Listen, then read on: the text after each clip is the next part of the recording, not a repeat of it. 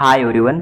जवळपास 6 तारखेपासून महाराष्ट्र स्टेटच्या स्टेट कोट्याची ग्रुप ए ची म्हणजेच MBBS BDS कोर्सची राऊंड 1 ची चॉईस फिलिंग स्टार्ट होत आहे आणि राऊंड 1 मध्ये जवळपास 99% सीट अलॉटमेंट केल्या जातात. तर ज्या दिवशी चॉईस फिलिंग स्टार्ट होणार आहे त्या दिवसापर्यंत आपल्याकडे आपली एक प्रेफरन्स लिस्ट हवी MBBS BDS कोर्सची. आणि जर आपण खास करून प्रायव्हेट किंवा सेमी गव्हर्नमेंट कॉलेज जर चॉईस फिलिंग मध्ये ऍड करतोय ना, तर आपल्याकडे त्या प्रत्येक कॉलेजची ट्युशन फीस, डेव्हलपमेंट फीस किंवा आपल्याला कॅटेगरीनुसार किंवा मुलींसाठी किती फीस पेमेंट करावी लागते किंवा तुम्ही IQ मधून जायचा विचार करताय तर IQ कोट्याची फीस किती, NRI कोट्याची फीस किती ना, तर याची माहिती असायला हवी. आणि ज्या दिवशी प्रेफरन्स लिस्ट असेल त्या दिवशी तुम्ही तुमच्या बजेटनुसार जे आहे ते कॉलेज अरेंज करून त्या ठिकाणी चॉईस फिलिंग मध्ये टाकू शकतात. तर आम्ही या छोट्याशा चॅनलला आपली हीच हेल्प करणार आहोत की सध्या राज्यामध्ये जेवढे काय सेमी गव्हर्नमेंट कॉलेज आहेत ना 23च्या आसपास, तर त्यांनी 2025-26 चे फी स्ट्रक्चर जे आहे ते अपलोड केलेले आहेत. तुम्ही कॉलेजच्या ऑफिशियल वेबसाईटवर पण जाऊन चेक करू शकतात. किंवा जर तुम्हाला मिळत नसेल तर आम्ही याच चॅनलवर सर्व कॉलेजचे बारीबारीने व्हिडिओ बनवून तुमच्याबरोबर नक्की शेअर करू की तुम्हाला कोणत्या कॉलेजमध्ये कोणत्या कॅटेगरीसाठी किती पेमेंट करणं आहे, 85% स्टेट कोट्यामधून किती करणं आहे, गर्ल्स फ्री एज्युकेशन मधून किती करणं आहे, बॉईज साठी किती करणं आहे, 15% सीट जे असतात ना IQ NRI कोट्याला तिथून किती करणं आहे, सविस्तर माहिती शेअर करू. आणि याच व्हिडिओमध्ये आम्ही तुम्हाला शेअर करू की DD तुम्हाला कॉलेजचा कोणत्या नावाने काढायचा आहे. पहा, सर्वात अगोदर आज आपला फर्स्ट व्हिडिओ आहे पहिल्या प्रायव्हेट मेडिकल कॉलेजचा आणि कॉलेजचे नाव आहे doctor Ulhas Patil medical college Jalgaon, जे आपल्याला जळगाव जिल्ह्यामध्ये बघायला भेटतं. आपण जर पहिल्यांदा विचार केला ओपन कॅटेगरीच्या फी साठी, तर पहा आता ओपन कॅटेगरीमध्ये कोणकोणते विद्यार्थी येतील. SC आणि ST कॅटेगरी सोडली तर बाकी जेवढ्या रिझर्व्ह कॅटेगरीत ना त्याच्यामधून जर तुमचं इन्कम 8 लाखापेक्षा जास्त असेल तर तुम्हाला ओपन कॅटेगरीमध्ये कन्सिडर केलं जातं. किंवा असा विद्यार्थी त्याच्याकडे की महाराष्ट्र स्टेटचे डोमसाईल आहे पण बाकी कुठलाही डॉक्युमेंट नाहीये किंवा त्याचं इन्कम 8 लाखापेक्षा जास्त आहे, तो विद्यार्थी ओपन कॅटेगरीमध्ये कन्सिडर केला जातो. आपण जर विचार केला फीस बद्दल, मग तो मुलगा असो मुलगी असो ज्यांचं इन्कम 8 लाखापेक्षा जास्त आहे त्यांना ओपन कॅटेगरीची फीस पेमेंट करणं पडते. ही पण गोष्ट लक्षात घ्या. फक्त SC आणि ST कॅटेगरी सोडली तर.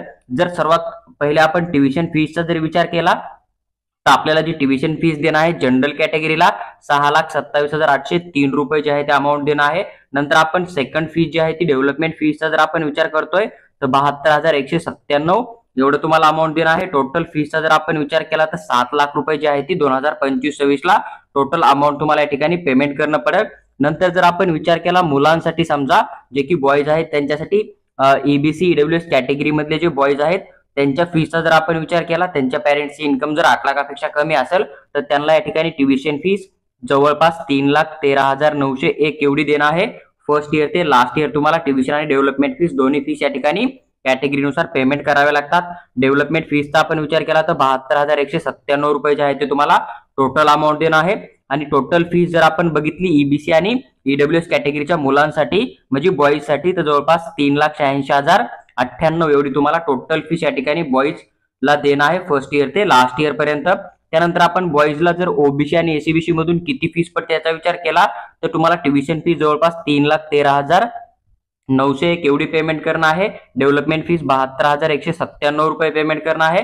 टोटल फीसचा जर आपण विचार केला तर 3,86,098 एवढी तुम्हाला या ठिकाणी पेमेंट करणं पडेल. जर आपण SC आणि ST कॅटेगरीच्या बॉईज आणि गर्ल्स दोघांचा जरी विचार केला ना तरी आपल्याला या ठिकाणी कुठल्याही प्रकारे ट्युशन आणि डेव्हलपमेंट फीस द्यायची नसते.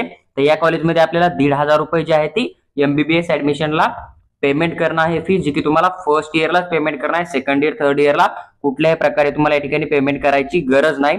त्यानंतर जर आपण ऑदर रिझर्व्ह कॅटेगरी बघितल्या ज्यामध्ये की VJ, NTB, NTC, NTD आणि SBC कॅटेगरी येतील, तर ह्या कॅटेगरी मधले गर्ल्स असतील किंवा बॉईज असतील, तुमचं जर इन्कम 8 लाखापेक्षा कमी असेल ना तर तुम्हाला कुठल्याही प्रकारे ट्युशन फीस द्यायची गरज नाही. तुम्हाला फक्त या ठिकाणी डेव्हलपमेंट फीस देणं जी की 72,197 रुपये बघायला भेटते आणि टोटल तुमचा अमाऊंट दरवर्षी या ठिकाणी 72,197 रुपये राहणार आहे. कोणत्या कॅटेगरीमध्ये तर ऑदर रिझर्व्ह कॅटेगरी ज्या की VJ, NTB, NTC, NTD किंवा SBC कॅटेगरी असेल, या कॅटेगरी मधला गर्ल्स असेल बॉईज असेल, तुमचं इन्कम 8 लाखापेक्षा कमी असेल तर तुम्हाला 72,197 रुपये दरवर्षी पेमेंट करून या ठिकाणी ऍडमिशन दिलं जाईल. आता आपण गर्ल्ससाठी बघूया ज्या की EBC किंवा EWS कॅटेगरी मधल्या मुली राहतील आणि त्यांचं इन्कम 8 लाखापेक्षा कमी राहील तर त्यांच्यासाठी कुठल्याही प्रकारे ट्युशन फीस द्यायची गरज नाहीये. 2024 पासून तुमची जी ट्युशन फीस आहे ती महाराष्ट्र शासन जे आहे ते पूर्णपणे पेमेंट करत आहे. जर आपण विचार केला तर मुलींना या ठिकाणी फक्त डेव्हलपमेंट फीस देणं आहे जे की 72,197 रुपये तुम्हाला बघायला भेटते। आणि जर आपण विचार केला ओबीसी एसीबीसी कॅटेगरीच्या मुलींचा, तर या ठिकाणी जी डेव्हलपमेंट फीस तुम्हाला पेमेंट करणं आहे तीच 72,197 रुपये आहे। आणि या कॅटेगरी मधल्या मुलींना पण कुठल्या प्रकारेही या ठिकाणी कोणतीही फीस पेमेंट करायची गरज नाहीये। ओबीसी एसीबीसी कॅटेगरी मधल्या मुलींना पण जर तुमचं इन्कम 8 लाखापेक्षा कमी असेल तर, आणि टोटल अमाऊंट तुमचं जाणार आहे 72,197। फर्स्ट इयरला पण देणं आहे, सेकंड इयर थर्ड इयर जोपर्यंत डिग्री कंप्लीट होत नाही तोपर्यंत तुम्हाला एवढं अमाऊंट जे आहे त्या ठिकाणी पेमेंट करणं पडेल।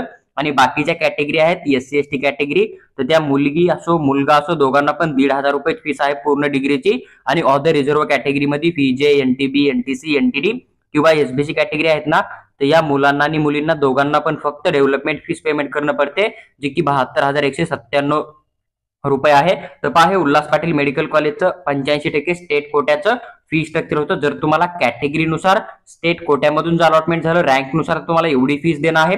हॉस्टेल आणि मेसची फीस यावर्षी यांनी मेन्शन नाही केलेली सध्या तरी, पण या कॉलेजची जर आपण हॉस्टेल आणि मेसचा विचार केला तर जवळपास तुम्हाला 1,70,000च्या आसपास दोन्ही मिळून बघायला भेटेल। आपण आता 15% इन्शुल कोट्याचा विचार केला तर तुम्हाला जी काय 7 लाख रुपये पर इयर फीस आहे ना, तर ती आयक्यू कोट्यामधून 3 टाइम्स करणं आहे, म्हणजेच तुम्हाला या ठिकाणी जवळपास 21 लाख रुपये जे आहे ती दरवर्षी फीस पेमेंट करणं पडेल। या ठिकाणी यांनी मेन्शन पण केलेले आहे।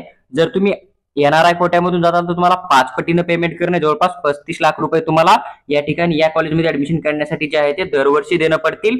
आणि नंतर तुम्हाला युनिव्हर्सिटीची एलिजिबिलिटी फीस राहते, ती पण जेवढी जनरल कॅटेगरीची असेल त्याच्या 3 पटीनं आणि 5 पटीनं तुम्हाला पेमेंट करावी लागते। ही पण गोष्ट तुम्ही लक्षात घेऊ शकता, जी फीस की कॉलेजने या ठिकाणी मेन्शन केलेलं नाही। तुमचं ज्यावेळेस ऍडमिशन कन्फर्म होईल तुम्ही रिटेन्शन फॉर्म फिल करता तिथून पुढे कॉलेज तुम्हाला सांगेल की आपल्याला युनिव्हर्सिटीची एलिजिबिलिटी फीस देणं आहे किंवा मग युनिव्हर्सिटीच्या अदर चार्जेस पेमेंट करणं आहे, तर ती फीस तुमची नंतर लागू होते। ही पण गोष्ट तुम्ही या ठिकाणी लक्षात घेऊ शकता। जे काय फी स्ट्रक्चर होतं नवीन अपडेट झालेलं उल्हास पाटील मेडिकल कॉलेज जळगावचं, तर ते सविस्तर एक्सप्लेन करून मी तुमच्याबरोबर शेअर केलं आहे। आणि येणाऱ्या व्हिडिओमध्ये बाकी जे कॉलेज आहेत त्यांचं पण कॉलेज वाईज फी स्ट्रक्चर आम्ही तुमच्याबरोबर शेअर करण्याचा नक्की प्रयत्न करू। त्यासाठी तुम्ही चॅनलला सबस्क्राईब करून आमच्यासोबत जोडून राहा। आणि तुम्हाला जर पीडीएफ हवी असेल तर तुम्ही आमचा टेलिग्राम ग्रुप जॉईन करा, आम्ही तिथं पीडीएफ पण शेअर करण्याचा नक्की प्रयत्न करू। त्याचबरोबर जर तुम्हाला DPT medical consultancy through paid counselling किंवा पर्सनल गाईड हवा असेल तर तुम्ही आम्हाला व्हॉट्सअपवर मेसेज टाका, आम्ही तुम्हाला त्याबद्दल सविस्तर माहिती नक्की शेअर करू।